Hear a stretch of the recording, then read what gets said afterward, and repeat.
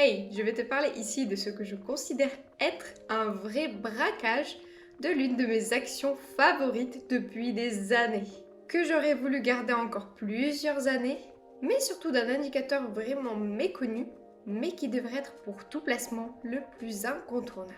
Il faudrait juste mettre une norme sur une fiscalité type flat tax, et il serait incroyable.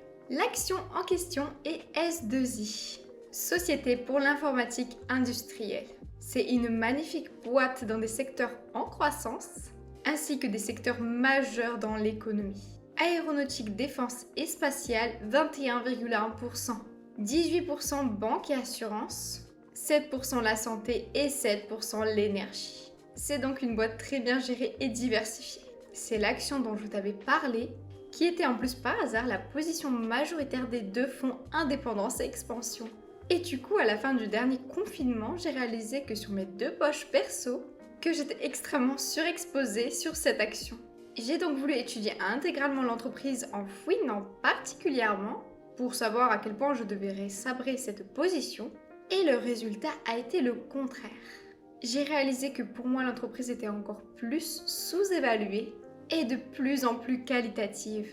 Avant de vous présenter l'indicateur que vous devez tout le temps chercher, je vais vous présenter brièvement la boîte et je vais vous expliquer ce qui pour moi est totalement scandaleux. Que ce soit sur 5 ou 10 ans, l'évolution de ces résultats est-elle les meilleurs dossiers en bourse que j'affectionne tant? Regardons via Vice pour commencer. Avec l'OPA que le titre va subir, car oui, c'est de ça qu'il s'agit. Le titre avait déjà pris 32% pour globalement atteindre un prix de 70 €. Et même sur ce prix-là, la méthode DCF, Discounted Cash Flow, annonce une sous-évaluation de 22%. Maintenant, regarde l'évolution et la croissance sur les divers segments de ces prestations. Une croissance de 21 et 19% sur ces deux principaux segments, qui représentent juste 40% de son chiffre d'affaires. Quant à son quatrième plus grand segment que les industries, il est monté de plus de 63%. S2I est une boîte à l'international. Seuls 42% de son chiffre d'affaires est réalisé sur le territoire. Et le plus impressionnant est que cette croissance qu'elle vient de connaître sur ces deux principaux segments n'était pas vraiment exceptionnelle. Sur les 10 dernières années, S2I a une croissance de son résultat net de plus de 22% par an et 35% pour son flux de trésorerie. C'est juste immense. Son CA, lui, n'a augmenté que de 13% en moyenne. Cela veut dire que la boîte devenait de plus en plus efficiente et rentable. C'est une entreprise qui sur 5 ans a fait x4,8 et sur 10 ans x12. Je regrette de ne l'avoir que depuis à peine 3 ans. Grâce à l'OPA, j'ai fait un bon x200%. C'est bien, mais sans être incroyable. Et pour être franche, j'aurais préféré la garder pour du dividende et de la croissance. Pour ceux qui ont eu la chance de l'acheter il y a 10 ans, ils ont un magnifique 8,5% de dividendes par an avec S2I. Maintenant, parlons de mon insatisfaction avec l'OPA. La valorisation d'une action est déterminée par une multitude de facteurs. Mais pour moi, les deux principaux sont la croissance qu'elle a connue sur plusieurs indicateurs et la croissance potentielle à venir. Et justement, un indicateur très peu utilisé en France est le TSR. C'est la performance distribuée par l'évolution du cours de l'action et du dividende. C'est donc ce qu'a réellement gagné l'actionnaire. Après oui, il faut harmoniser avec la fiscalité en fonction d'éventuels prélèvements ou frais, mais ça permet de voir ce qu'une entreprise a réellement rapporté. Et S2I a eu un TSR de plus de 20% par an depuis 10 ans. En fait, on ne peut pas dire qu'elle a été cachée, mais depuis quelques années, disons qu'ils ne mettent pas en avant une filiale qui représente 73% du résultat net du groupe en 2022. Cette filiale avait une augmentation de son CA d'environ 30% par an depuis 2018 et sans verser dans le complotisme qui l'est si peu mis en avant, cela peut être un signe que leur volonté de la retirer de la cote était manifeste. Une boîte avec une performance pareille aurait dû insister et la mettre énormément en avant. Et au vu de la croissance, un PER autour des 19 ou 20% aurait été totalement acceptable et même normal. Et nous proposer une prime de seulement 32% pour ces titres-là est pour moi extrêmement sous-évalué. Sincèrement, même à 50%, je n'aurais pas été ravie, mais à 32%, c'est simplement honteux.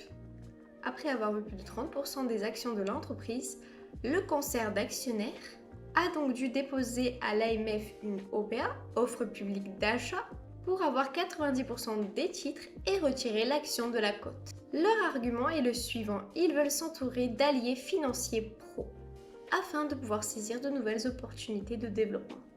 Et en même temps, il en profitera pour faire des donations à ses enfants d'actions S2I. La croissance dont j'ai parlé vient de S2I Pologne. Et selon Stifel Financial, la transaction valorise S2I Pologne à 18 fois le résultat opérationnel attendu. C'est pour moi largement insuffisant. Leurs derniers arguments sont de s'épargner les coûts et les contraintes réglementaires des entreprises cotées. Et vu le niveau de bêtises administratives de notre cher pays, je pense qu'il y a un petit fond de vérité là-dedans. Le débat est donc le suivant. Arriveront-ils à avoir 90% des titres? Et malheureusement, je crains que oui. Par exemple, Indépendance et Expansion qui en possède dans ces deux fonds va très probablement rapporter ces titres. Il faut savoir que certains fonds ont des contraintes de liquidité. De ce fait, ils acceptent presque systématiquement les OPA à un bon 80%. Et pour conclure, je dirais que S2I a eu un ROE de 33% en 2023. Et surtout un ROE de 20% en moyenne sur 10 ans. Et pour les 33%, il faut savoir que Warren Buffett aime énormément les entreprises avec un ROE de plus de 20%. Donc tu l'auras compris, je souhaite garder mes titres et pouvoir investir régulièrement dessus en DCA dans mon PEA-PME. Et humblement, je suis impressionnée par Indépendance AM qui a trouvé cette pépite bien avant moi. Et je viens de voir au moment de filmer qu'ils avaient bien apporté leur titre à l'OPA. Vilains qu'ils sont. Petit point actu en ce jour du 11 janvier, je renforce pas mal ALD qui vient de chuter. Mon PRE sur cette position-là est de 5,81 centimes. J'ai vendu de la crypto pour ALD, on dit souvent qu'il ne faut pas vendre les meilleurs pour acheter les pires, mais cet investissement-là est à moyen terme sur quelques années. Petite mention pour ma position sur Téléperformance vendue à ce jour aussi, à plus 8,2% en fin de matinée. J'attendrai une baisse de moins 5% sur mon prix de vente avant d'y retourner. Je n'ai jamais fait d'aller-retour comme ça à part sur Téléperformance. J'ai annoncé mon prix d'achat et de vente dans ma dernière vidéo et avec ce jour, cela fait pile une performance de 21,7%. Avec les allers-retours et en ayant déduit les coûts des ordres. D'ailleurs, si je n'avais pas loupé un, je serais à 28%. La prochaine vidéo au sujet tant attendu, les raisons de pourquoi je pense qu'il y aura un crack et pourquoi il faut quand même investir. Et celle d'après si ça vous chauffe sur le halving, qui est probablement l'événement le plus important sur la crypto en 2024. Je proposerai maintenant après chaque vidéo un petit sondage sur le thème qui vous plairait le plus. N'hésite pas à participer car je prendrai systématiquement le vainqueur.